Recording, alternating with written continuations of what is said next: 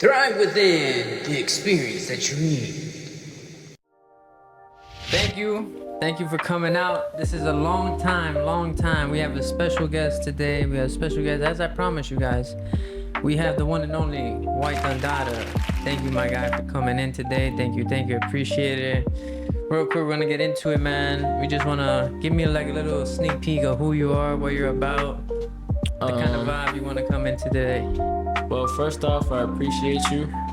I'm honored to be on this platform that's gonna be one of the biggest out there. You know what I mean? We're gonna manifest this. No, definitely do with your powers. We're gonna talk more about that.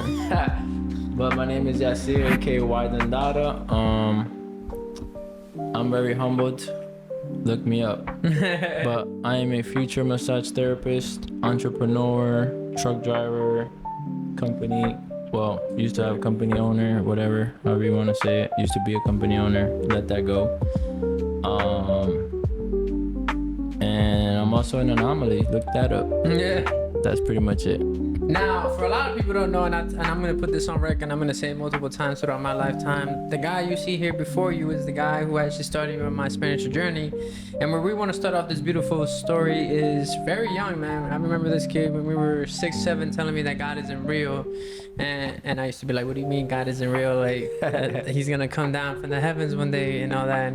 And just at an early age, he was just thinking a lot different, and ever since then, you know, we've tuned in and out, you know, through our lives, and every time we met up, it was always something new, like, yo, you know, they're trying to get you through your food, you know, they're trying to get you through this. So my question for you today, Platt, is where'd you get from, hey, God is not real, to, hey, we're all gods and goddesses and we have full control of our life? Walk me through that process. All right, I'm gonna do my best to not walk around the question, but long story short, I feel like, I don't know if it's just a natural gift or trauma that enhance certain senses, where it's like I'm paying attention to things, not even words or anything like that, but just energies, what's going on, what's being told. They're saying go right, spirit saying go left, and seeing that nothing is matching up, but not knowing who the heck to talk to. You know, my parents are like Bible people, and you know, they're into the Matrix just as anyone else is. They grew up in DR. I'm growing up out here, seeing things differently. They think this is the American dream, and it's not making any sense. But yeah, I used to have even moments. I personally feel that a lot of these things with the whole God thing was just really someone who was confused and in pain. Like when I was 19, 20, 21, 22, when I started driving trucks, in the beginning of driving trucks, I used to get very, very angry and like look up at the sky and say, fuck God. But every time I would say fuck God, I would admit I would get this butterfly feeling inside. I didn't know what it meant, and I would ignore it. And now I understand that this whole time I've been saying fuck myself. Right. How did I get here too? Also accepting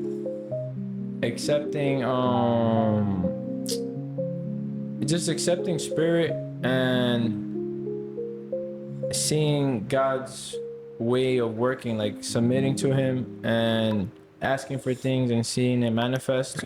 Let's talk about money real quick. Like when people would tell me like, yo, it's crazy, I prayed to God to give me $20, I have nothing to eat for me and my kids, and then the next day somebody just came and gave me $20. Like when I would hear that, I would be like, that was just luck, like, you know. But I was confused this whole time, and now experiencing it myself, where I'm like, damn, a couple hundred would be good right here, or a couple of this, and then somebody's giving me 100 for helping them do some simple shit. $50 here, 20 there. So I want to say just life experience is really what got me here. And like I said, submitting, not letting my ego, you know, keep saying fuck God, even though I feel something inside is telling me like, yo, what are you talking about? You know? Right. So yeah. So you spoke about everything that you went through, right? And it's an amazing thing, and a lot of people don't know, and I want to put this on the map. Platt has gone from right doing, like he said, it was an anonymity the whole time. I remember when he used to tell me he used to go to school and then work. A lot of kids at your age were not doing that. When he came out of high school, didn't go to college, started his trucking, became a owned a trucking company. So for those who are looking to get into business and the whole aspect of submitting to God, how did that work with that? Getting now into business, right? Getting now a little bit more about knowing who you are and all that. And how did that get you now from being a truck driver, owning your trucking company, and now making the decision to go to school and do therapy? Because that's a big decision itself. Because as you told me before, your dad was a truck driver, so Yeah. you basically became a truck driver because your dad was a truck driver. It was like second nature. My life experience. First off, I wanna break it down real quick. When he says work, I wasn't working like at a normal 4 hour,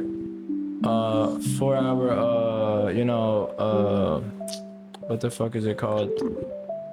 4 hour, I'm so tired right now. What the fuck? 4 hour a day, part-time. God damn it. I couldn't get part-time on my head. All right, so it wasn't no part-time. I was literally working a full-time warehouse job in high school. You know, I applied to so many places and it's like, I don't understand how the fuck did I end up here? Right. But all I know is that I had the will to just get it done and, you know, do whatever I had to do to not be asking my mom or dad for gas money, insurance money, or anything like that. So going through those struggles, which, you know, it's crazy because we were talking about you having kids and feeling like if it was the right time or not. That torture that I went through at that time, it was like, that's also what molded me to like become the savage. Like, it's like, no, we got to get this done and we don't want to stay here forever. Right. But anywho, for the people who think that you're gonna become an entrepreneur and it's all gonna be easy, like, you got it fucked up. Let me tell you right now, because you actually have to start working more. You have to actually start working more and paying attention to things. It's no longer you just punch in, punch out, cash your check. Now is you clock in before anyone else clocks in, and after everyone else clocks out, you still there making sure everything is good. Do you have the patience for that? Do you have the energy for that? What's your management skills with money like? What's your people management skills like? If you're a person who is out here saying fuck you, you work for me, and you have a high ego and you don't know how to like calm yourself down and go under that person and so they can get the job done, then entrepreneurship may not be for you, or look into something that involves no human contact, which good luck with that. I also feel like having a good structure is very, very, very important. A lot of people, you know, especially with this whole social media thing, I want to become a millionaire or whatever, but they don't know what it takes to get between starting to millionaire. Like, it's really, really, really hard. And if it was so easy, we would all be millionaires. 100%. From my experience also, I understand now that there's a certain format, just like universal laws, there's a certain format for business. It doesn't matter if we're fucking selling Snickers in the corner, waters, if you're having a gas station, if you're selling fucking ice cream, does not matter. There's a certain format for business, and if you don't follow that, good luck. Business and mixing business and pleasure.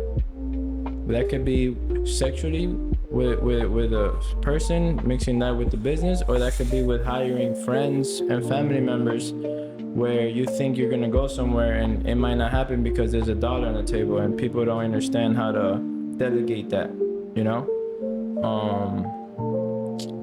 Not sure if I answered your question fully. No, you definitely did. I also want to piggyback on, so you've made a lot of money. Unlike me, I've yet to experience that. What can you tell people when you get that type of money? Because, you know, it's a whole different aspect. You know, we all dream about having thousands and thousands of dollars, but now somebody who has gotten that, right, and lost it and gotten again, is it what they say it is? Is it all the great and glory thing about it? Is it just paper? Is it really about like, it don't even matter because you can have all the money in the world, but if you don't know yourself and have good people around you, it don't matter, you know? Yeah, I'm so happy you asked me that. because I wanted to touch on something, but it slipped my mind. But the darkest time of my life came when I had the most money. And what I understood from that was that with the trucking, because when I had the most money was with the trucking, I was just doing something, chasing money, and it was my ego. It was ego driven. I had to prove to my dad, I had to prove to my older brother, I had to prove to this. And don't get it twisted, since I was 6, 7, I'm in the trucks, or probably even 5, I'm in the trucks with my dad. Since I was that young, I'm gonna be a truck driver. I'm in class, ignoring my teacher, daydreaming about me shifting gears. I'm 19 years old, I get that CDL. I'm finally driving down that road to figure out 2 months later, like, my back is hurting, I got scoliosis, bro. This is it? Esto es una vida de perro. This is a dog's world. But my brother did warn me, it's like the drug game. You get used to the money, good luck trying to get out. Right. So honestly speaking, I used to throw subliminals. Like I used to even say jokes like, yo, fuck this, I'm gonna quit and become a male stripper. Like, you know, I'm gonna try to go get that easy money. Some might think crazy because I'm saying that, but I'm speaking my truth. But I didn't realize that this whole time I was saying like, I don't want to do this shit. I want to get out. But I would never put no energy into getting out. It was just like, we still there. And then I go from company driver. So I got my CDL at 19, almost 20. At 25, 26, I bought the first truck. Did the entrepreneur thing from 26 to basically 20, I guess 29, you could say. And that's when I decided that I'm going to do massage therapy. Because like I said, the darkest time of my life came when I had the most money. I thought that everything would be figured out, but it wasn't. I've realized that our true job here, besides whatever other mission you think you have, besides what I'm about to say, is to do things that make you happy. Because like with the massage thing, right? I like to help people. Like you getting on that table, I swear to God, you getting on that table with a knot in your shoulder and coming off that table with a smile, it feels way better than you handing me, bro, I swear to God, $100,000. And the crazy thing is that the money's gonna come behind that passion of love that I have to make other people feel better. Facts. But chasing the trucking stuff with the money thing, what the fuck was I gonna do? I was gonna stay in the loophole. Oh, I want 100,000, then 200,000, then 300,000. It's not enough. Listen to the rappers. Listen to the music. Listen to the people that are where you want to be. Don't just listen to the beat. They're crying for help. Yeah. Your superheroes are crying for help because there's internal damage. There's internal pain that the fucking flashlights, limelights, whatever you want to call them, are blinding people from. Yeah, and it's really sad, you know, because we get pushed the narrative like, yo, money this, money that, the big house, the spotlight, the millions and millions of followers that you may or may not know, right? And they make it seem like this all glamorous thing. But I also want to kick back to what you said, ego, right? You killed the ego, right? You started realizing the inner working with things that made you. How much did that change in your life? Killing that ego changed a lot, to be honest. I mean, honestly, when I really had to, I guess, put my ego and temper to the test was having employees. Okay. Where it's like, all right, bro, I may be right, but I need this man to do this load. What am I gonna do? Argue with him? And then the customer's upset because their load didn't get there? Or I'm gonna simmer down. All right, what is it that you need? You good? Bet. All right, do the load, please. Like, for those of us that have high egos and all that stuff, like you're not gonna be able to get through this being an entrepreneur, being a boss, you know? Right. Because you gotta learn how to talk to people, even if you're right. You can't be calling people out of their names and expect them to want to keep working for you. You need to have that home environment, even though it sucks. There's no integrity out here like that. Right. And everyone's just out here for their check. Yep. I was gonna say something about this too. It just slipped my freaking mind though. But I feel like what just to piggyback on what you said, you got to be a people's person as a CEO, because you have to realize that like Your business, yes, you own it, you bring it up, you build it, whatever. But you're nothing without the people in it. You know, I was reading up on something not too long ago. Is when you change the mindset of, hey, I'm the product, and all the money's coming through me, and now you have a team, and you realize, yo, it's not about the product, it's about my team, and if I improve my team, yeah, I improve my productivity and the money that comes with it. So that's the same thing I'm pretty sure you went through. Yeah. You know, realizing like, yo, cool, even though I'm right, I still have to meet them halfway, because at the end of the day, if I'm right and they don't do the load, what's the point of me being right? You know? Yeah, like I'd rather compensate and be wrong and Yeah. allow the job to get done, you know? the food or plate ain't gonna get on the table for the family with me trying to outbeat everybody with the ego. Yep. And then what I was gonna say that's in my mind was customer service. How you gonna win if you're cursing off your customers, or a customer makes you do a project 10 times and you're over here saying, man, fuck that, you could go on to the next person. Then like, obviously understand and know your values, and you know, Right. know when to not kind of bend over, but sometimes you do gotta bend over. Now, something I was going to talk to you about that is like knowing your value. Now, again, you became a CEO. You already knew off the rip that you were not like everybody else. What confirmed it? What made you like be like, you know what, bro? I know I'm a god. I know I'm a creator. I know that I was built here for bigger purpose, because not a lot of people do, bro. You'd be surprised how many people are still 40, 50 with 2 million in the bank and don't know who they are, you know? So what clicked? What was the thing that you could say like, yo, this was the moment when I knew, and it switched like, yo, I need to get out and do more? Honestly, I would say that there's like levels of development in my life. Like I can't say like, oh, at 25 I've completely switched. It was something that gradually developed in me, but there's also always been like this yarn for like the superhero in me, for like, you know, trying to play the family hero. Okay. I feel like that, and just seeing the pain that's out here and how much love is needed out here. The children, the way that I am with the children. I've always felt like an alien. Okay. I used to always feel weird around people, and I noticed too that I would see things way different than people. I would ask questions that people normally wouldn't ask. When I'm out in society, I always realized that I never really cared about certain things that the masses care about, clothes and all that. Obviously, I like my nice things, but I've always realized that I never really gravitated to that. Gravitated to it. Gravitated, yeah, I said gravitated. Gravitated. Whoa. Gravitated. No, I just said it again because it's like, look that up. I just made up a word. Gravitated. But yeah, bro. Like even with going out and all that shit, like it was like, damn, bro, like I'm here, but it's like this isn't hitting. Right. Like, and even that became my own vice in its own, and escapism, where it's like I'm chasing my own tail, saying like, yo, this doesn't feel right, but I'm just doing it. Right. Like, fuck it, let me go numb my soul. So yeah, cause to be honest, bro, it wasn't until I was 27 that I even really accepted and know who the fuck I was, due to my like DNA, like the whole melanin thing. Right. Like, that shit broke my soul. That shit made me cry. Like this whole time I just been walking around like, all right, I'm just Dominican and Right. blah blah blah. But it's like, nah, bro, we're all connected regardless. And like just accepting, you know, like the melanin in me, and I don't really want to get into the whole freaking black, African, whatever shit, Taino shit right now, but look at your features, because that's another thing. Like I had to sit there, look in the mirror, like, yo, look at your physique, look at your hair, look at this, like you're powerful, like you got some shit in you, you know. It's not just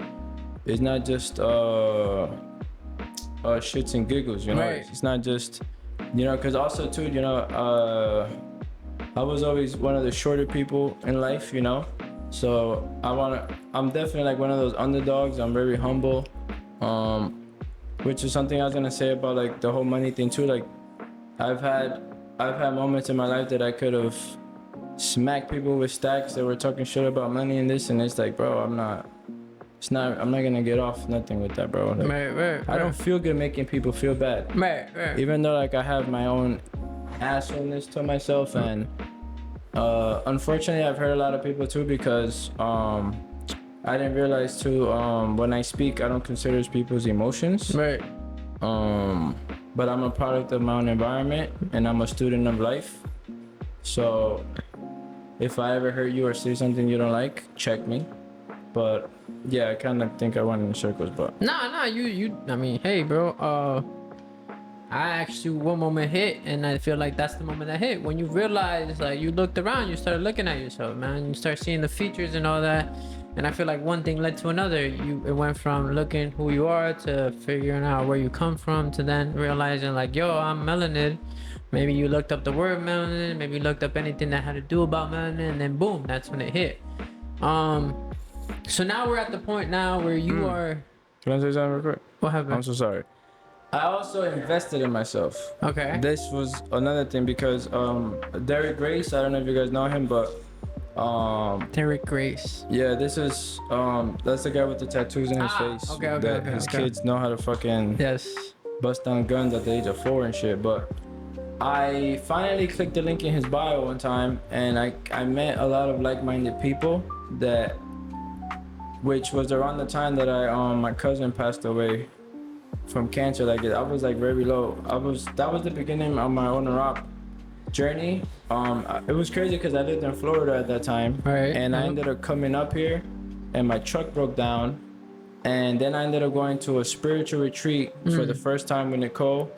So it was like the DG thing, the investing in DG and investing in the spiritual retreat. That was like the first time that I really invested in myself and sat there with the pain and talked to other people that I didn't grow up with, people that Okay. don't know me for what I For was, who you are, right? people who saw the light in me Right. and poured into me. Right. That's very important to pour into yourself, because we go and spend money on this shit or clothes, right? This isn't a lot of money, but a pair of Jordans, $300, $400, without, because it's conditioning. That's another thing I learned in DG. Reprogramming. You gotta deprogram and reprogram yourself, and I'm still deprogramming and reprogramming myself. And I learned about this shit like almost 4 years ago, 2020. So it's like I had to get to an all-time low though to finally say, you know what, Nicole, fuck it, let's go to this retreat. Right. Fuck it, $300 for this DG shit. Fuck Right. it, let's invest into it. But it's changed my mind since, you know. And I love the fact that you brought up the whole deprogramming and reprogram, and the fact that you're still struggling to this day, because I feel like a lot of people, when they start making switches, right, and we're about to speak about the whole alkaline thing, they think, and I think it's people just putting a facade like, oh, I switched over and it was that easy and I haven't done anything and there's no hiccups or nothing. I feel like that's BS. I feel like the transition is a little harder than what a lot of people make it seem. The whole going from the 9 to 5 to realizing who you are to like owning up to shit, and now you're like, oh shit, I'm gonna invest in myself, and that's gonna be the norm. What can you tell the people who struggle with that, who struggle with the whole transitioning over, unlearning and relearning, you know? Because think about it, you've been learning about God for 20 plus years, and then all of a sudden here comes Ydondada telling you God's not real, you're God and you create, and you're gonna be like, yo, what are you talking about? Like, Yeah. it's not gonna be an easy transition. So what can you tell people? What kind of advice can you give people who are either making a transition from either going to their 9 to 5 and becoming an entrepreneur, or just stepping out of their body and realizing the kind of power that they have? All right. First off, I'm gonna say is, and I'm speaking to myself, Right. take it slow. Yeah. Because if you are a person like me, it's like, all right, I'm gonna change my life, and then I'll sit here and say, I'm gonna read a book, I'm gonna start this, I'm gonna meditate, I'm gonna do this, and I'm gonna do that, and it's like, bro, you can't even do the first thing on the list. How do you really expect to do all 5 of the things on the list on top of your daily task in the matrix? So guess what? Now when you don't even do this or that, now you're beating yourself up because you actually bit too much. Yep.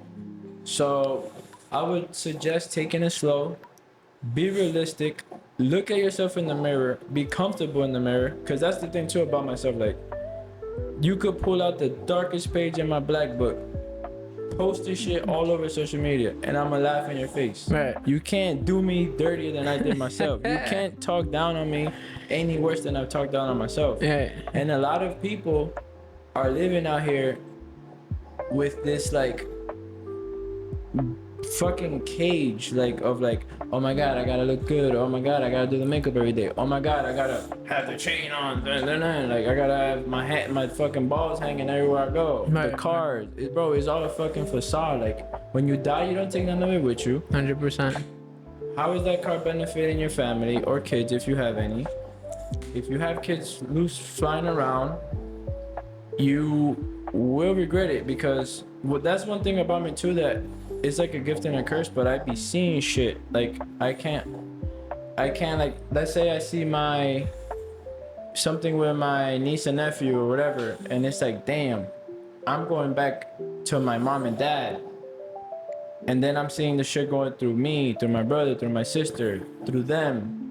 I didn't choose to see that shit. It's just natural, like holy shit. So that's why I feel like part of my mission is to like get shit in order with that, and end this shit with me personally, with all this you know, my dad being my mom and all that shit, and even like this old school parenting that we have, and this fucking slave mentality, putting our hands on our kids and all that. Find another way to discipline them. Fuck, I was gonna say something else and it went my mind, bro. Whatever. Okay.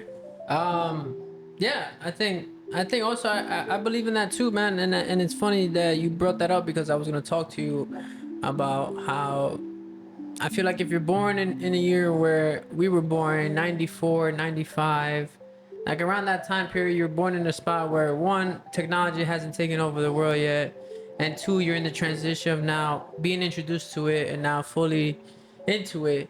We come to terms where, like, yo, I'm that guy, you know. I'm gonna be the guy that's gonna separate everything, is gonna put things in order, and everything ends with me.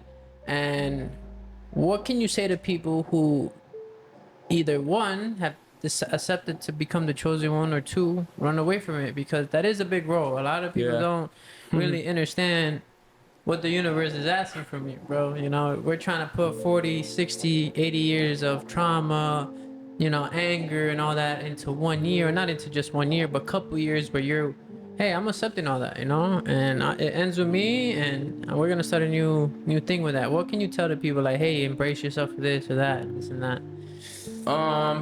Shit. If you want to play around with your mission, you might have to come back again. Right. Yeah. But in all honesty, I don't know what to believe with all of this stuff. It's just a lot going on. Right. Like, honest to God, but it's like when you're aware of certain shit and you become conscious of certain things, and then you ignore that message from spirit, like the consequences like hit harder, you know? It's not like you're just doing shit innocently no more. Right. But your question was, what would I tell to people that are ignoring it? Yeah, ignoring it or just accepted it. If you accepted the road of a chosen one, congratulations, right? Hang on and don't give up. Right. And if you're not accepting it, it is what it is, but it's like I see it as a detrimental for not only you, but for those who come after lineage, you. yeah. And it's crazy because like what I was gonna get to with the kids and all that stuff is like, let's say right now, 21, I had a kid. I'm 30 now, the kid is 9. I'm 40 now, the kid is 19, never really did nothing. I'm 60 now, dying. Now the kid is what, 40 or whatever? Yeah, about 40, whatever. I don't know the math, I'm tired, but. Right. Now you start to realize what actually mattered the whole time: the love, the affection, connection with my kid. When now all those friends, the alcohol, the drugs, whatever freaking trauma bonding you were doing isn't there anymore. Your limelight is gone. No more partying, no more whatever the hell it is that you're doing. That you realize like, yo, that connection with my child, that connection with the family, that's what really matters in your final moments. Yep. You know, don't let it get to that. I've seen it over and over. Ask questions too. Like, don't be afraid to ask elders questions. Don't be afraid to ask the kids questions. The kids will surprise you. You know, the kids will surprise you ask these kids questions before the innocent gets killed. And if you're aware of what's going on, make sure the innocence doesn't get killed and their creativity stays up and they don't get lost like we've gotten lost. Yep. And their inner child stays alive, because that's the other thing too. That I feel like, you know, the way the system is and everything is like the inner child is meant to like just die down. Like, no, bro, you could be 80 years old and still be joyful and having your inner child enjoy things that your inner child enjoys that people might not understand. Like, yo, what the fuck are you doing? Like, bro, my 8-year-old me loves this and I have peace when I do it. Fuck off. Right. Like, straight up. And I love the fact that you brought the whole inner child, because we spoke about, and he also sent me a podcast about a guy who his job is to bring out the inner child in you, and he believes that like the reason why we get depression, anxiety, and all that is because you've forgotten about that inner It's kid. in red, by the way. It's still red? Yeah. All right, we're good. We're about to wrap it up. He speaks about the inner child and how a lot of people get anxiety, depression, and sadness is because they forget that inner child. So I love the fact that you brought that up, because if you want to be happy throughout your whole life, and especially deep into your 80s and 90s, you do what that inner child always wanted to do. I asked my mom not too long ago, and she said that either one, I wanted to be a police officer, but I realized that police officers die and I didn't want to die. And two, I wanted to be a reporter. Hence, how does that make sense now that I'm 30? I'm doing a podcast where it's not reporting, but I'm in front of camera with a mic. That's true. Same concept as a reporter. That's true. So it's the reason why it's happy for me why everything is smoother, because this is what I've always wanted to do. Yeah. It may not be the same concept, but it's in a different way. I feel that. Now, before getting on this podcast, we ate some banging alkaline food that was done by yours truly, Ydondada. Appreciate you. Now, alkaline is something that you recently started getting into. You've been into that more than I have. Just tell people briefly what are the benefits, why did you start becoming alkaline, and how much has that improved your life? Okay, so before I turned fully alkaline, I did like 4 or 5 years in and out of vegan, did a year vegan, whatever. But honestly, just the way my body feels, a lot of people see my skin glowing, my teeth winding up, you know, taking that sea moss. You know, we're eating a lot of these dead animals, and your farts smell like death for a reason. Your armpits smell like fucking shit. Also, like onions for a reason. We're not meant to eat all these foods. And then not only that, when we get into that conversation too, people say, "Oh, our grandparents ate different." Da da da. That's also true. Like, we're not even eating real meat. Like, look at the texture of your chicken, bro. Like, stop playing. But we're so fucking conditioned and enslaved and fucking walking dead that we will sit here and have a whole debate. We're holding spaces for conversations that don't need to be had. Like, how many fucking genders are there? 2. That's just one example. Like, Yeah. So with this alkaline stuff too, you know, just take it gradually, take it easy. Understand that even with this alkaline shit, it's hard to find shit. You know, you gotta do the extra shit, like, you know, but you'll start to feel like your body feel a lot better. You don't have to eat as much. Fasting is free. We fast a lot. It's fucking free. Don't you like free shit? It's free. Don't eat nothing. Sea moss. That's it. And take it from me, who's somebody who's recently gotten into the whole alkaline thing, I still struggle with trying to figure out things that I should eat and not should eat. But the sea moss, amazing thing. It's gonna taste like garbage at first. Over time, when you keep doing it and stay consistent, just like anything else, your body adapts to it. The fasting, another incredible thing, because if you like to challenge yourself every single day, as you should, the fasting will implement that, because now your body's gonna speak to you, craving for food, but you understand that it's not your body, it's the parasites in it that want the food. And you have to detox, detox from those parasites, and that you're, I said 30%. I said 30%. Okay. But yeah, It's like, at 30%? it said 30%. Oh, then we good, bro. Yeah, It's the- because it was red, but now it just said 30%. Oh, I didn't know. Okay. So you gotta understand too that it's like drugs, right? Let's say I usually drink 1 beer. Every single day. Now I need 2 beers. Now I need 3 beers. Your plaques have a certain tolerance, so a lot of this stuff is gonna taste like nothing to you, or like even shit.